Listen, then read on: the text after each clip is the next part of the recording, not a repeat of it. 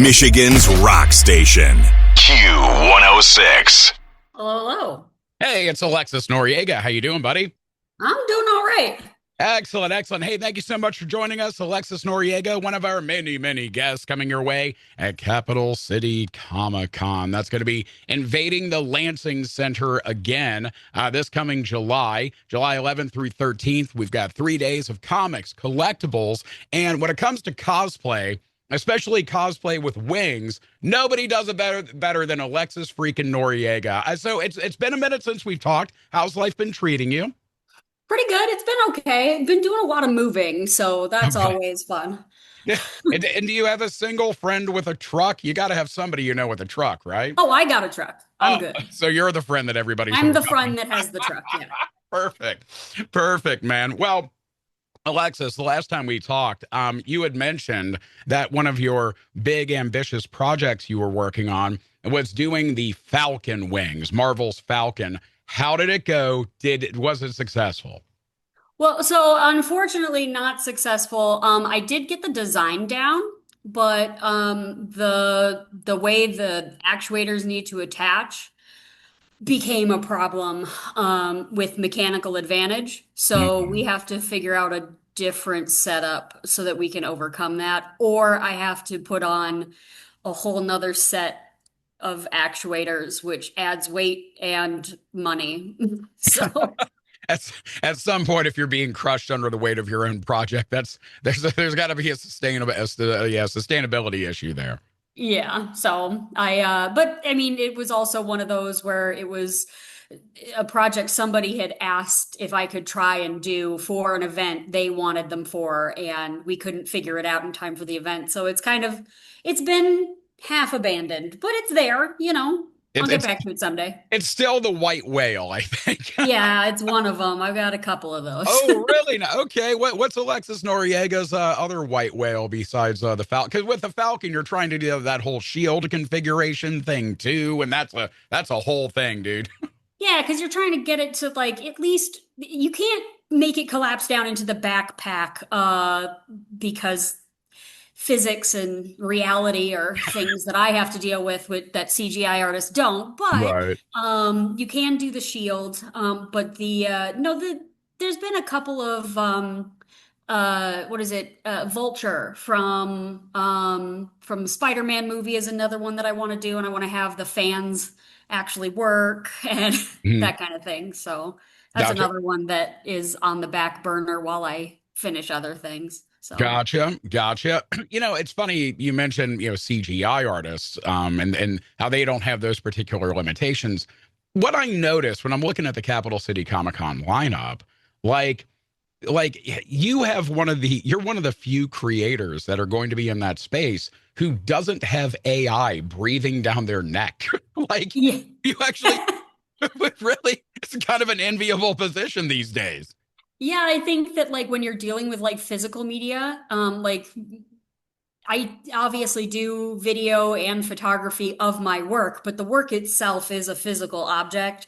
It's like having AI make a statue. It's Right. not something, I mean, I don't know, with 3D printers, I'm sure they'll get there, but yeah, having them actually get built is the robots can't take over that quite yet.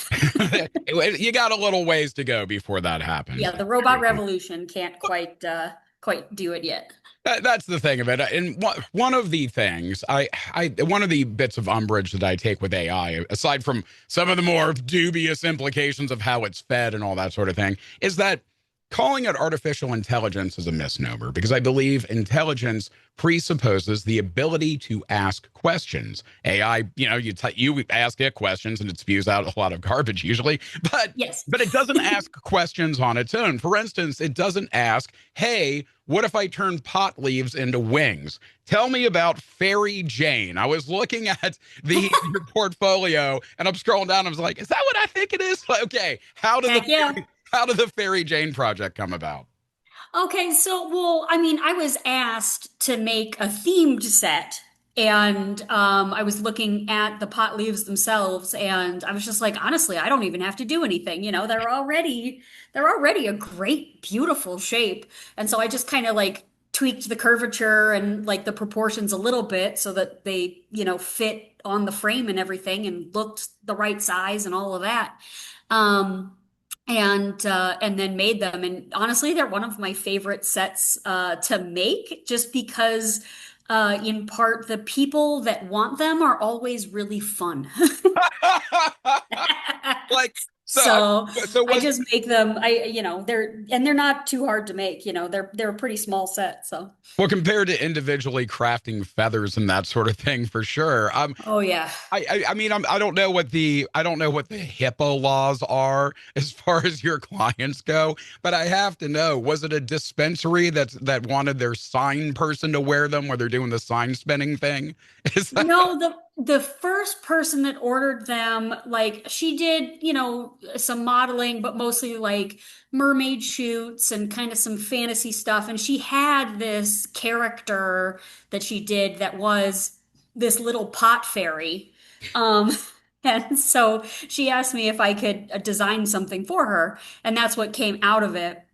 And man, I wonder if I can find her images. I'll send them to you. They're pretty great. Like it's a combination of the right kind of like bad Photoshop, right? And where it's like she's like spliced out and like flying through a field of pot with like instead of a wand, she has a pipe with the smoke coming out with sparkles. It's fabulous.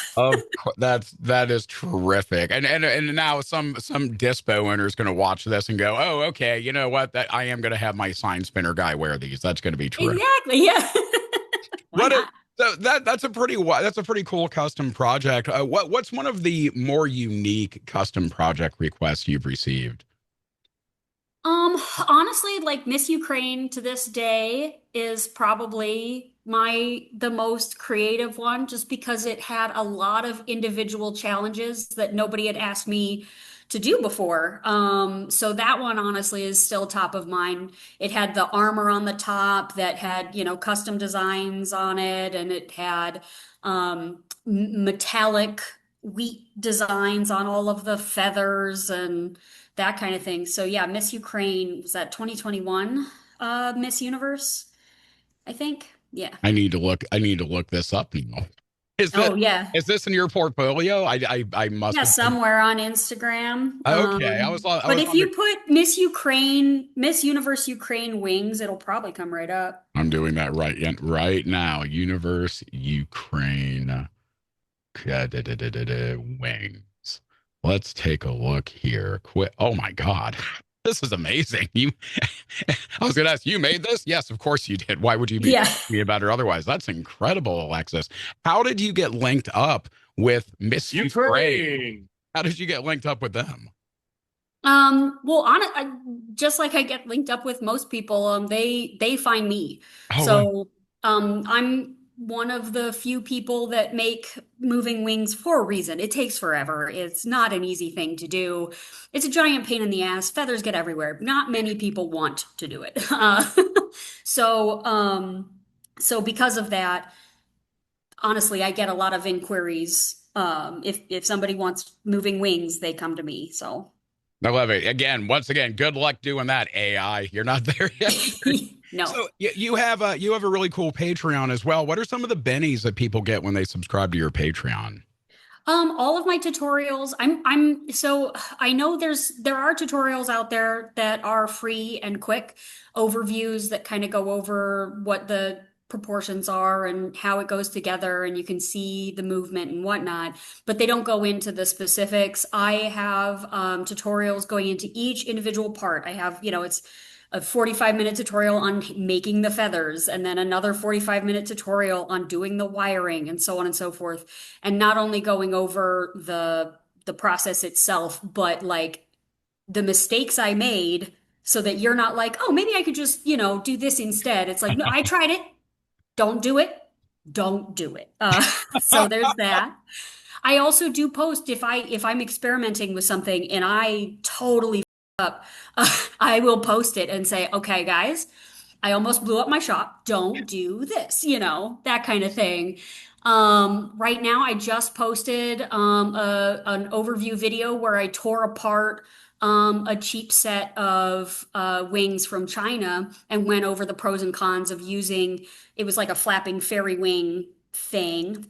And they were super cheap. And I was like, well, let's pull it apart and see how she ticks. And so I pulled the whole thing to pieces and we went over like what kind of motor and what kind of control system and, the voltage and so on and so forth. And we kind of went into that. And then it's like, should you use it? Should you not? What is it good for? What is it not good for? And so things like that I don't really post elsewhere, or that you get early access to. So the video on the flapping fairy wings from China, I will likely post a version on YouTube, and Facebook eventually, but everybody on Patreon gets it right now. Right. I mean, it's a real masterclass in this craft that you are sharing with others, which is pretty cool. I mean, you kind of have you're the other person that does this for a living, and like you're like, okay, I need more competition. Maybe do you just need more people to take some of this load off of your hands? You must have a backlog that's like kilometers long. Yeah, I kind of do, but I I don't mind if people make their own wings, to be perfectly honest, and sell them. That's not the problem. I do have a problem with people taking my designs specifically and then selling them, which I've had happen. Oh I've my. even had people take, from China, they'll take my videos and my photos, and then they will sell just an absolute awful set. And I have people, because they can see my watermark on Mhm. my video, they'll come to me mad. And I'm like, you didn't order for me. And Right. so I don't like that. But yeah, if people want to come and learn how they're made and then design, use that as a launching pad to design their own stuff, for sure. That's totally okay. That's very cool. Very cool of you to do that. Alexis, you're a very busy person. You have wings to create. So I have one more question for you before Sure. we turn you loose on the wing making world. What sort of tunes does Alexis Noriega crank up in the workshop? Oh, right now I'm definitely on like a dark synthwave kick. When I am in a crunch mode, though, honestly, Doom music from the video game. Oh, all right. You're ripping and tearing through the wings. I sure am. I love that. That's metal as hell, man. That's Yeah. metal as hell. I love that. Very cool. Side question: what is your favorite wing themed or flight themed song? Oh, honestly, I don't have one. Really? I would think that would be like something you'd have right in the jump, but no. Okay, but ponder that because we'll I probably be will. I talking again at will. some point. I'll follow up with you. I'll have to think about that one. I'm gonna guess Steve Miller's "Fly Like an Eagle" is somewhere in the mix. Maybe not a. Somewhere. It's got to be Yeah, a contender at that point, right? sure. Hell yeah! "Flight of Icarus" by Iron Maiden, pretty solid pick as well. That's a solid one. Yeah, no, Then that you one's pretty good. you also have the entire Paul McCartney and Wings catalog from which to choose. I mean, I suppose that counts. So yeah. Alexis Noriega, fam, you got to follow her at The Crooked Feather. Find her on all the socials. She does incredible work. And if you want to learn how to make your own wings to level up your cosplay, to help your cosplay take flight, if you will, this is a lady to follow. You can also meet her at Capital City Comic Con, July 11th through 13th at the Lansing Center. Alexis, always a pleasure to catch up with you, man, and keep flying. Always. Talk to you Appreciate you. later. Appreciate you, buddy. Michigan's Rock Station. Q106.